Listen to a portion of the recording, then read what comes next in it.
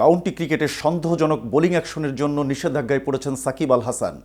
দুইবার পরীক্ষা দিয়েও পাশ করতে পারেননি তিনি। তবে তার চেয়ে ভাগ্য কিছুটা ভালো স্পিনার আলিস আল ইসলামের। বিপিএলে তার অ্যাকশন প্রশ্নবিদ্ধ হলেও পরীক্ষায় পাশ করেছেন তিনি। আলিস মূলত বেঁচে গেলেন এক শর্তে, কিন্তু কি সেই শর্ত? কোন শর্তে বড় বাঁচা বেঁচে গেলেন বিপিএল তারকা আলিস? বিস্তারিত থাকছে প্রতিবেদনের বাকি অংশে। আর কেটিভি ক্রিকেট চ্যানেল থেকে আপনাদের সাথে আছি আমি শাহনেওয়াজ।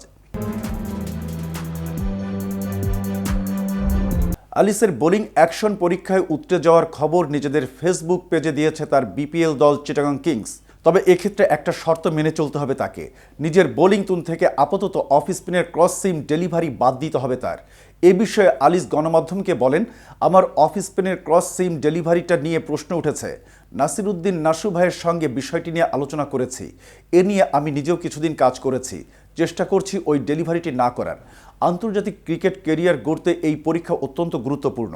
আমাকে পারফর্ম করেই জাতীয় দলে জায়গা নিতে হবে। উল্লেখ্য, বিপিএলের চলতি মৌসুম বল হাতে আলো ছড়াচ্ছেন আলিস। এখন পর্যন্ত 7 ম্যাচে ঝুলিতে পড়েছেন 11 উইকেট।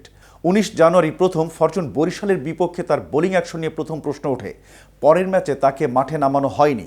গত বুধবার ঢাকা ক্যাপিটালসের বিপক্ষে তার বোলিং নিয়ে আম্পায়াররা ফের সন্দেহ প্রকাশ করলে তাকে পরীক্ষা দিতে বলা হয়। এদিকে বিপিএলের গ্রুপ পর্ব প্রায় শেষের পথে। এরই মধ্যে প্লে অফে নাম লিখিয়েছে রংপুর রাইডার্স আর ফরচুন বরিশাল। দ্রুতই ঠিক হয়ে যাবে প্লে অফের বাকি দুই দলের নামও। রংপুর রাইডার্স বরাবরের মতো শিরোপা লড়াইয়ে ঝাঁপিয়ে পড়বে গাঁটের সব টাকা খরচ করে।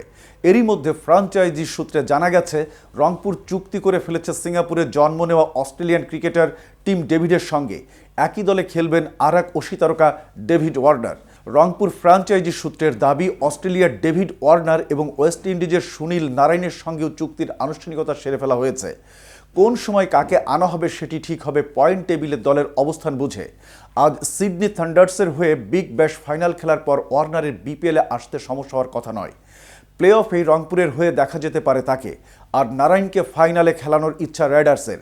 ওয়ার্নার এর আগে 2018-19 মৌসুমে বিপিএলে খেলেছেন সিলেট সিক্সার্সের হয়ে।